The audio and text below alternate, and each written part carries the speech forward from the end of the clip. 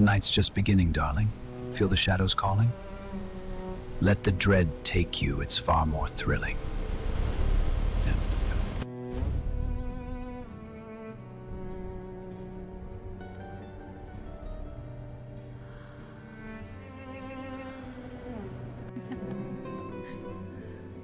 Ladies, the night's just beginning.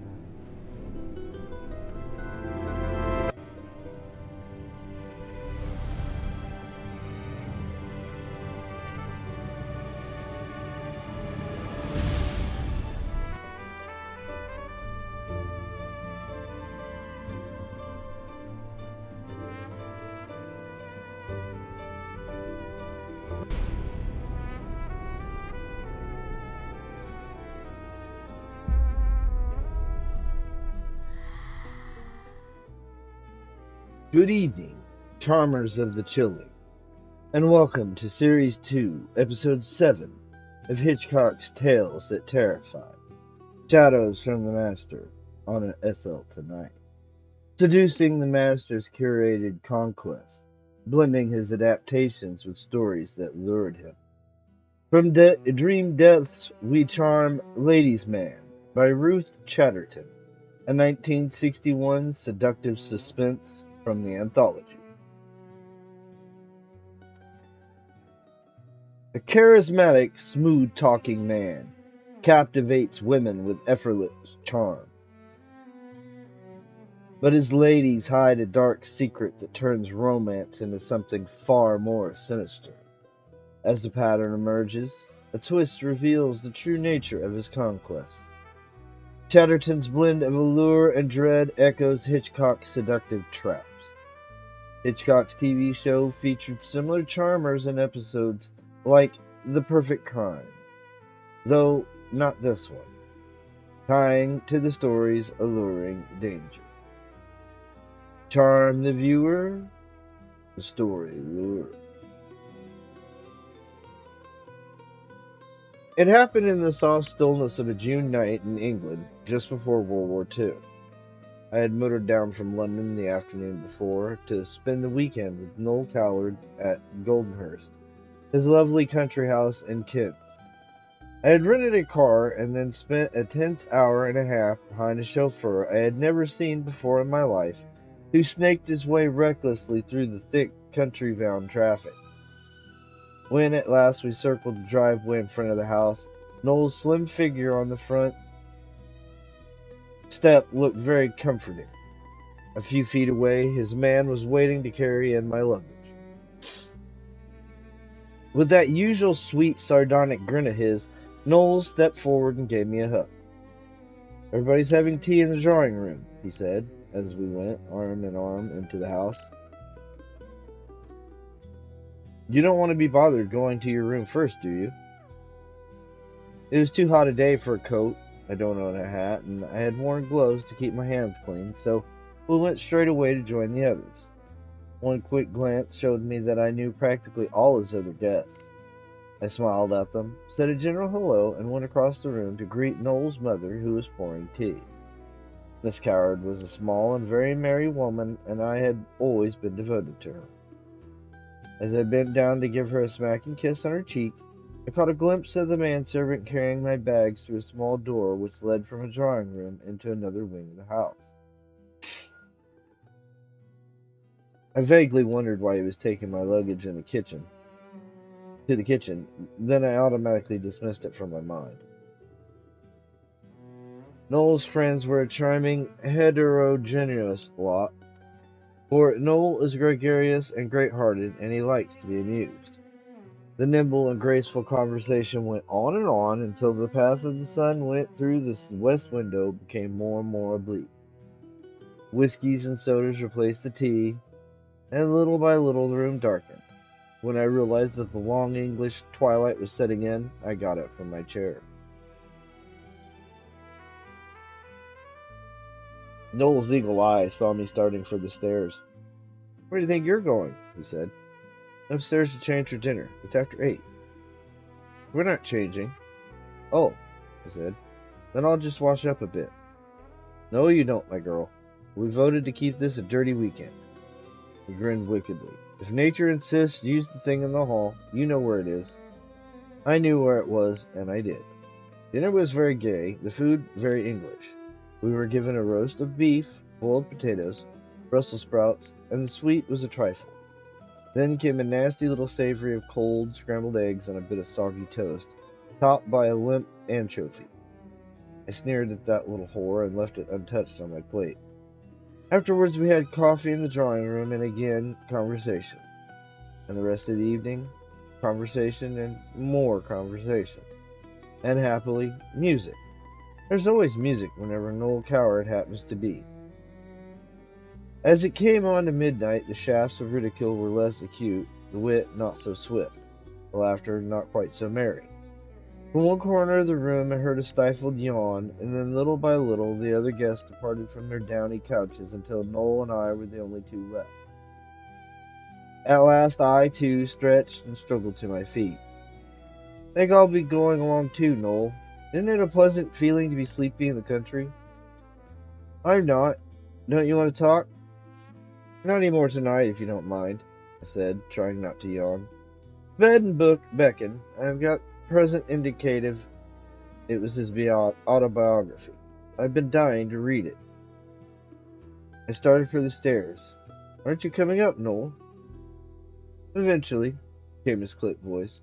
But you're not. I wheeled around and looked at him. What are you talking about? Noel smiled that rueful little smile of his, the one where the corners of his mouth turned down and his lips trembled.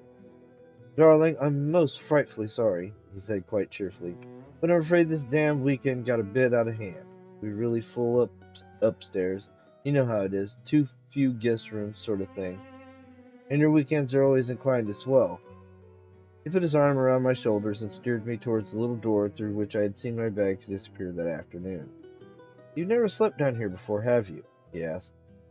No, I didn't even know there was a bedroom downstairs. Well, out with it. Where is it? I asked as he opened the door to the dining room wing. No, don't tell me. I'm Cinderella and I'm off to the kitchen to sleep among the ashes. The stove's electric, Noel said solemnly. I laughed. Are you afraid? Of what? I said scornfully. But it was a curious question, and I wondered a little. To sleep down here by yourself? Good Lord, no! It's really not a bad room, you know. It's next door to Mother's sitting room. About a lot of good that would do me if I were afraid, I said. She sits in it, and she doesn't sleep in it. And even if she did, she couldn't hear you if you yelled bloody murder, said Noel. The old girl's as deaf as a post. Inside the passage, Noel opened a door to our right. Here we are, darling. I leaned against the jamb of the door and looked around me. The room was square with white walls and dark beams supporting a rather low ceiling. Directly opposite the door, where we stood, there was casement windows with small diamond panes which went from wall to wall, and in its bay was a dressing table with a sheer white organdy petticoat. On top of it was a small standing mirror with two wings, on either side of it a shaded candlestick. At right angles to the door, a bed with delicately fluted posts of rosewood stood between two small tables, each of them having a fairly large, rose-shaded lamp for reading purposes. There were 2 or 3 comfortable chintz-covered chairs. The glass curtains at the windows were crisp and white. The carpet, pale gray, was a soft, thick pile, and on the walls hung several old English prints in charming mirrored frames. Why, Noel, it's a perfectly lovely room, I said. Why haven't you ever put me in here before? It's cozier upstairs. Think you'd be all right? Again, I was aware of that unusual, serious note. Of course I'll be all right.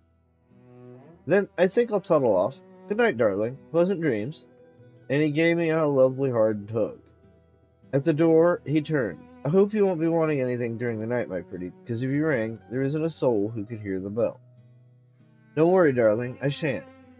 By the way, your bathroom is just across the hall, he said. The light switch is on the wall to your left.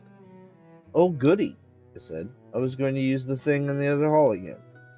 Don't try it, ducky. You like to get lost in the dark. He was about to close the door when he pushed his head in again. Are you quite sure you'll be all right? Oh, shut up. That's my brave girl.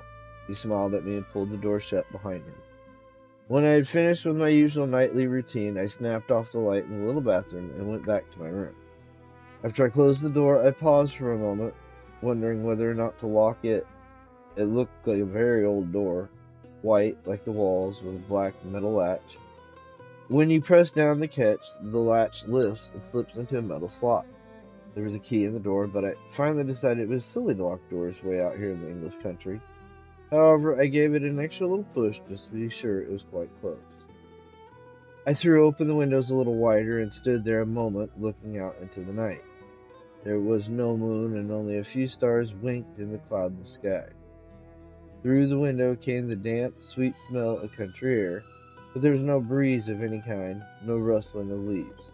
Nothing broke the stillness except the sleepy conversation of a few frogs from some far distant pond. I put out all the lights but the lamps either side of my bed and climbed in. And as I slid down between the cool linen sheets, I thought how very pleasant it was to be alone in this quiet, peaceful room, much as I had enjoyed the hectic garrulity of the day. I sighed contentedly, settled back in my pillows, and picked up Noel's book. The little clock at my bedside said 12:40, so I promised myself I'd just skim through a few pages of it. However, I soon became completely absorbed in the sad, serious, funny little boy who was to become the brilliant man upstairs. After a while, my eyes began to smart a bit, and instinctively I glanced at the clock again. What? 10 minutes to 3? Couldn't be. I was wide awake. Why wasn't I sleepy? It had been 3 hours before. I knew I ought to put the book away at once, but I was right in the middle of a chapter, so I decided that I'd just finish the chapter and then I'd try to get some sleep. At that moment, he called me. I sat up immediately and fixed my eye on the door. My first thought was one of guilt, because I had made the excuse of being sleepy when he wanted to sit up and talk, and here I was still wide awake and reading happily.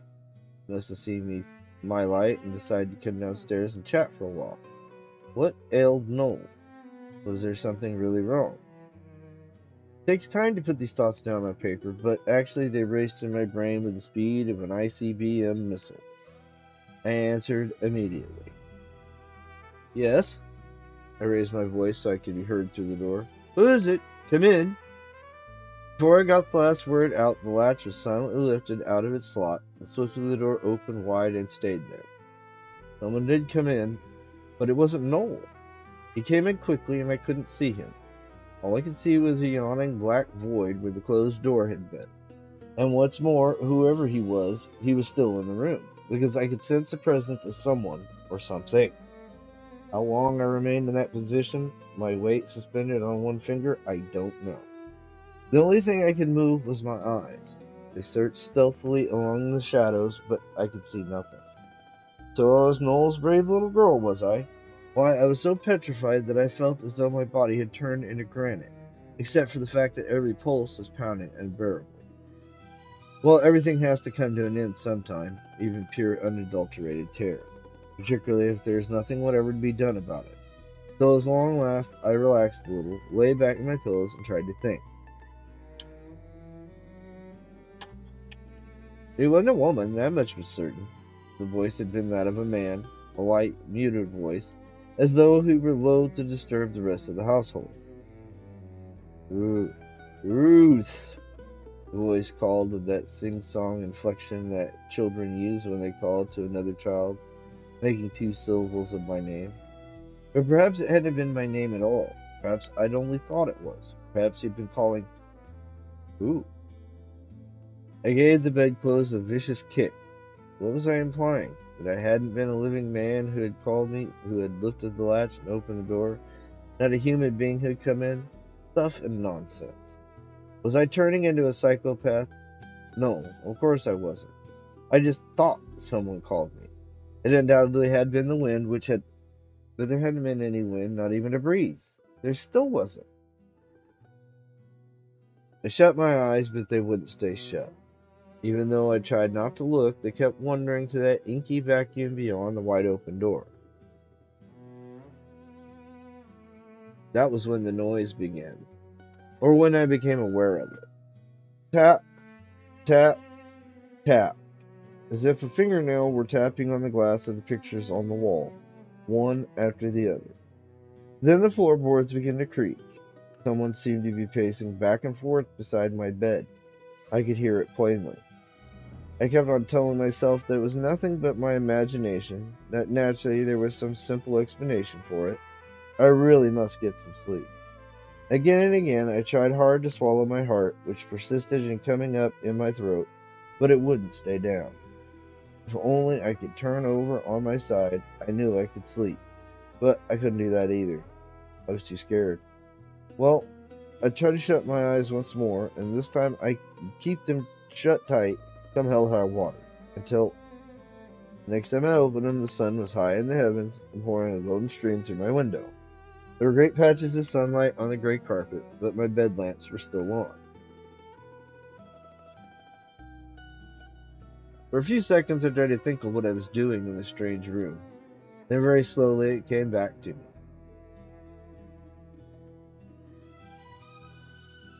For a few minutes I lay there very still, once more searching for some logical explanation of the whole silly business of last night. After all, it had been very late, and I must have been more tired than I thought. The tense drive, the long day and night, or something in the book I was reading had touched off my imagination without my being aware of it. It must have taken over and went the way of all hen-headed females. Well, that was the end of it. I would shoo it away and forget it. I slipped into my dressing gown and made for the bathroom across the hall. As I opened the bedroom door, I was surprised to see how thick the carpet was, and how obviously it interfered with the easy opening and closing of the door. It would take superhuman strength to push it open wide. When I stepped through the French window of the drawing room onto the lawn, I found all of my fellow guests standing about or relaxing in the long garden chairs. "You're late!" It was Noel's voice, and it had a friendly grin in it. He was half sitting, half lying in the most comfortable chair of all, a few yards away from the shady wall of the house, and Joyce Carey was in a chair beside him. "Do you know what time it is? It's 12 o'clock. You certainly had a good sleep, didn't you?" "Yes, heavenly. Now why on earth did I have to use that word?"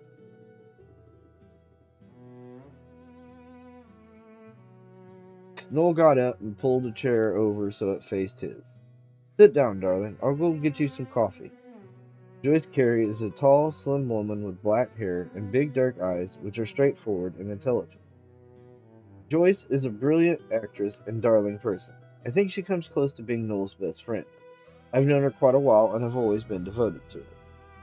"Have a good night?" she asked casually, making morning conversation. "Why, yes. Didn't you hear me tell Noel?" "Of course. How silly of me." She gave a quick, friendly smile. "I thought that perhaps sleeping in a strange room," she said. "You never slept down there before, have you?" "No." I glanced at her quickly, but she was looking off across the lush English countryside.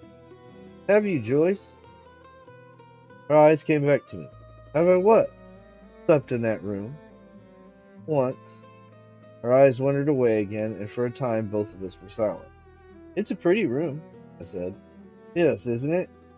This time her eyes were on Noel, who was cautiously making his way across the grass, trying not to spill the coffee he was carrying. "Here you are, my pet. It will warm your tummy until lunch." Then he threw himself in his chair again and shut his eyes against the sun. Joyce was thumbing lazily through a Tatler, and she began to hum softly one of the songs from Noel's operetta. Bittersweet. "I'll see you again, whenever." She would have to hum that one, I thought crossly. Then, as she had read my mind, she looked up from her magazine and smiled at me. The humming stopped. For a few moments, none of us spoke. Then, before I realized it, out came the thing I had meant not to say. "Noel, did you know your house was haunted?" Once it was out, I hoped it had sounded careless and light-hearted. God alone knows what I expected from him in the way of an answer. "Pooh-pooh to you, woman, you really are an ass," or something or other thoroughly disdainful. But it wasn't anything at all like that. It may have been my overworked imagination, or perhaps the sun in my eyes, but I swear all the color drained from his face, and he said quietly, "What did you see?" "Is it haunted?" It was more of a wail than a question. He didn't answer that. He just gave Joyce a funny look. I was so shocked, well, anyway, surprised, that all I could think to say was, "Oh dear." So I said it again. "Oh dear." "Tell me, darling, what did you see?" I shook my head miserably. "You knew all the time and you didn't tell me," I said in a small voice. Noel ignored that. "What did you see?" he repeated. "Well, why do you keep asking me that?" I said irritably. My heart wasn't pounding, it was spinning around and around inside me like a top. "Because I want to know." "Well, why don't you sleep in that room and see for yourself?" "I have," he said quietly, and shrugged his shoulders. "Nothing." "Nothing? Ha! Nothing," he said firmly. Then he leaned forward and looked searchingly into my eyes. "Now please tell me what you saw." "I didn't see anything." "What's that?" "That's right," I said, "but I heard plenty." Again that look passed between him and Joyce. "Well, go on," he called cautiously. "What did you hear?" So in detail, I told him everything about the ghastly night, and stressed the fact that I was wide awake at all times and that the lights were on. And I lay there all night just staring at the awful blackness of the passage. "You left the door open all night?" Noel asked me. "Naturally," I said indignantly. "You don't suppose I got up and shut it, do you? I was so—" I stopped and clapped my hand over my mouth. "Oh, dear God!" I muttered through my fingers. "Something else?" "When I went to the bathroom this morning, that door was tight shut. That whatever it must have shut it." "Extraordinary!" Noel frowned. "No, it isn't," he added quickly. "Turnbull must have closed it this morning." Seeing the skeptical look on my face, he said, "Turnbull's a most frightful prude, you know." Again we were silent. Finally I said, "Noel, what is it?" "What's what?" "It! The thing, Noel! The thing that called me and then opened my door and came into my room." "I wish to God I knew." "But, Noel, you just said the house was haunted." "It is, but why and but by what I don't know. And all I can tell you," he said earnestly, "is that the entire wing, the kitchen, pantry, dining room, mother's sitting room, and the room you were in are all part of the original house. 16th century it was." "What about the rest?"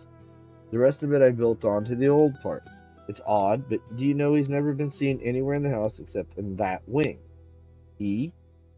"Oh, it's a man, we know that," he said. "Two people have seen him there, and a third saw a material manifestation of his being in the room. All three were women." He smiled grimly. "Apparently he only calls on the women."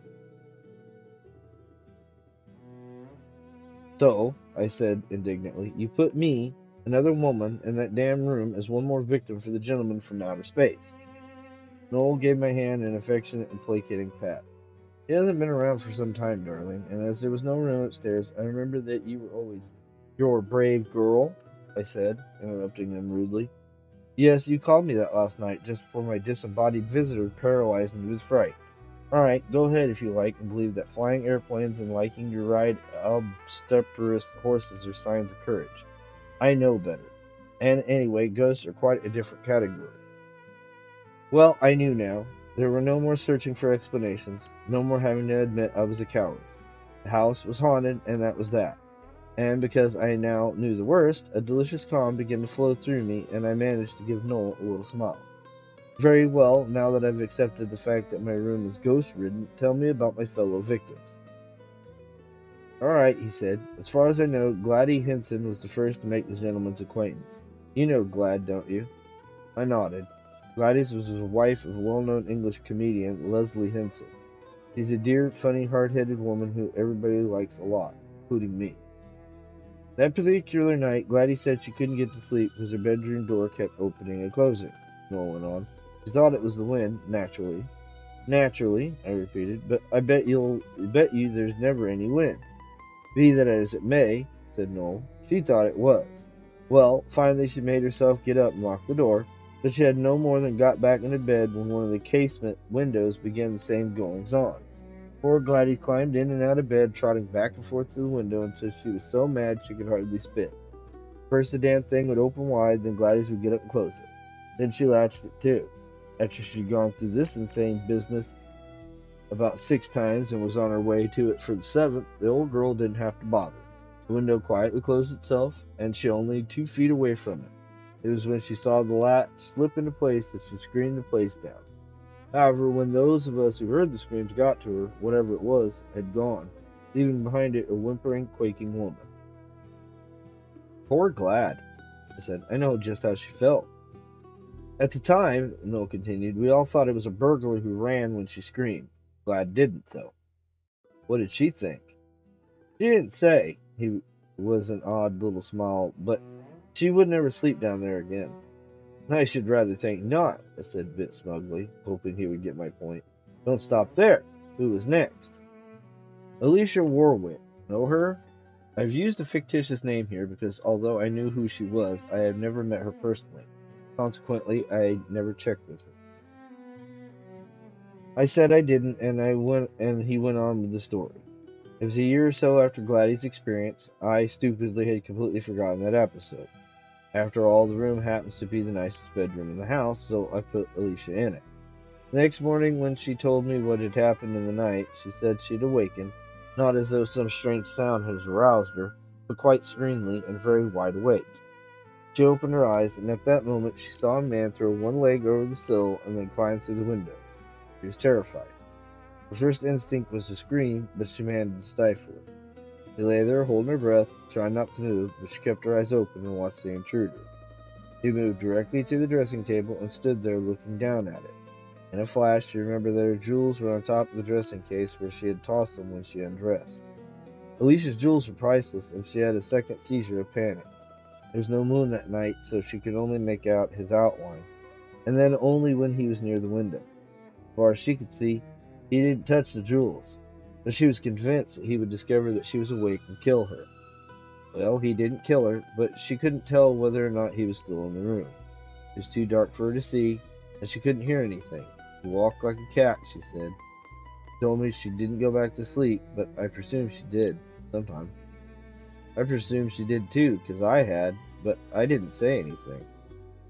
In the morning, when she found her door still locked and the key on the inside, she was sick with fright. Naturally, there was no sign of him, and she nearly went mad trying to think of how he could have got out of the room. Noel smiled that funny little smile again.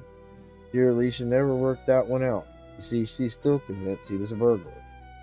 And you're not? No, I'm not, he said quietly. He had slid down in his chair again and was resting his head against its back. You said there was another woman, didn't you, Noel? I wanted to hear the whole gruesome story. Oh, yes, there was another woman. Perhaps I was suspicious, but I deemed to detect a sly look in his eye. Well, go on, please. Tell me about the third one. Noel hesitated for just a moment. Finally, he said, All right, but if you don't mind, I think I won't tell you her name. My eyebrows went up a little. Well, after all, Ducky, she might not want anybody to know. After another brief pause, he went on with it. Her experience was very like Alicia's, except that when she awoke out of an apparently dreamless sleep, the thing, as you called it, was already seated at the dressing table.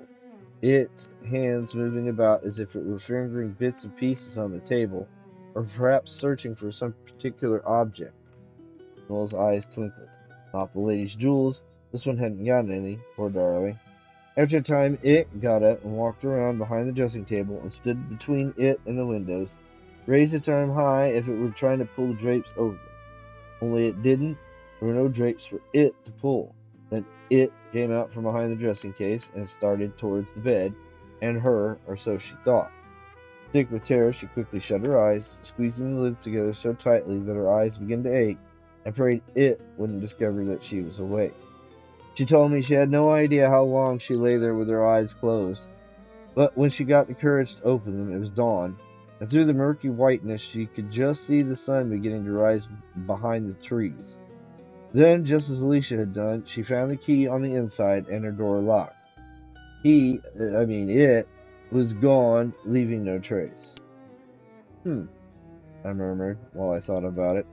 I wonder if... And then I stopped. What? Asked Noel. Nothing. I thought about it some more. I say, Noel, did either of these women tell you what the thing looked like? Oh, yeah, both gave me the same description.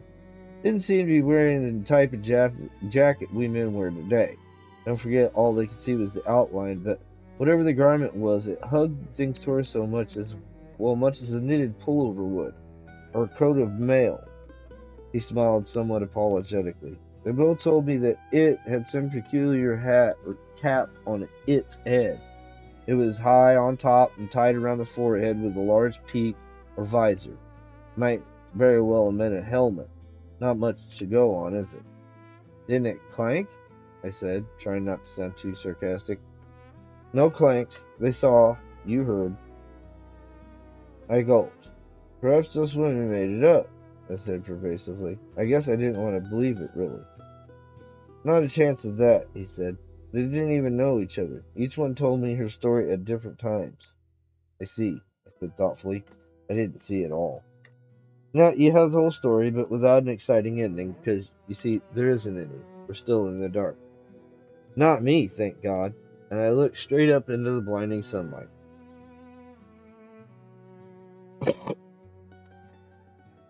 I'll tell you what, said Noel. I'm gonna let you sleep up in my untidy room tonight. I'll chance the ghostly visitor. Well, we'll see.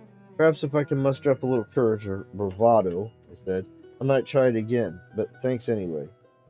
Then Noel got up, came over to me, and took both my hands in his. Do something for me, will you, Ducky? I'll try, you know that. Just the same, you don't deserve it. I know, and I'm sorry, he said, but be a darling. If Mother happens to be around, keep very hush-hush about the whole ghost business, would you? I stared at him in astonishment. Doesn't she know? He shook his head. No, and I'd rather she didn't. The old girl's getting on, bless her, and she's a frail little thing, you know. And then he laughed gently. Want to know something? He said. I believe the thing must have been a great gentleman a few centuries ago, because undoubtedly pardon me, it seems to have considered Mother's age and frailty the way we have. As you pointed out to me last night, Mother doesn't sleep in her sitting room, she just sits there. Well, I said, a little puzzled. Darling, it's only in the night that the apparition pays his respects to the living. He let go of my hands. Want a drink? I'm going to have one. Thank you, Noel. I think I shall. Make it a martini. I need something that'll give me the I don't care feeling. Joycey? Joyce just smiled and shook her head. While Noel went to fetch the drinks, I mulled the whole business over. Automatically, my mind went back to my first impression when I heard my name called in the passage. It was then that the nasty doubts began to creep in. Of course it was Noel, but could he have opened my door and sneaked back upstairs again without my seeing him? Seems almost impossible. Perhaps I imagined the whole thing. Yes, that was the answer.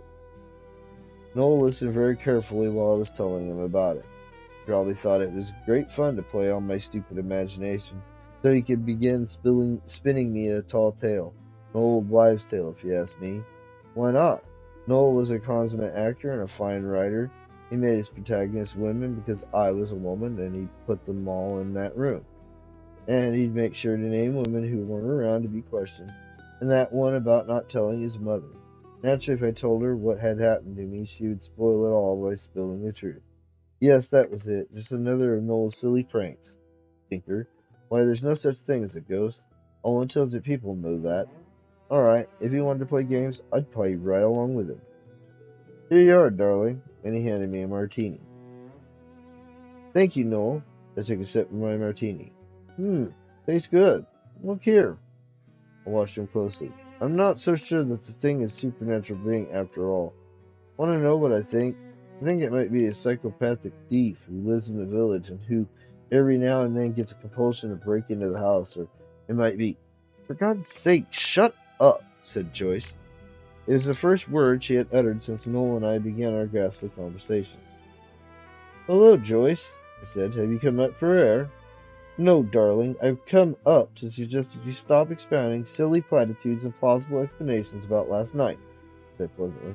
Forgive me, but you don't know what you're talking about. Hark at her, I said to Noel, trying to be funny. Listen to me, she said earnestly. Do you remember at all Noel's telling you the apparition went behind the dressing table to pull the curtains together, and that it stood between the dressing table and the windows?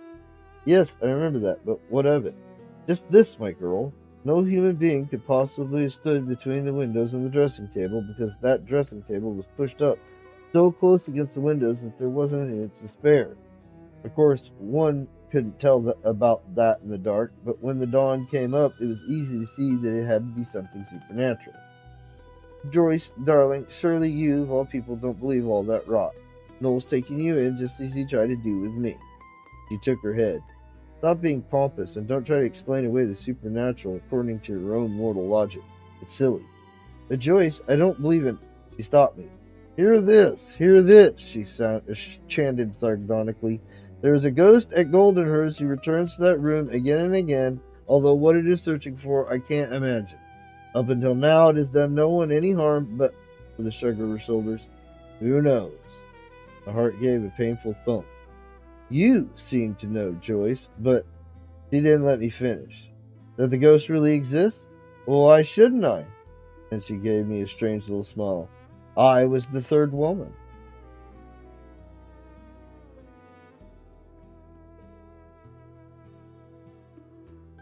And so seduces ladies' man, where charm conceals deadly secrets, the sharp irony of romantic traps. As the ladies reveal, it reflects Hitchcock's craft of deceptive allure. Chatterton's story fits the anthology's nighttime seduction. Next, The Sun Machine by Roald Dahl. Lure wisely, like, comment, subscribe. Tell me what you thought. And folks, go watch my Felix cartoon.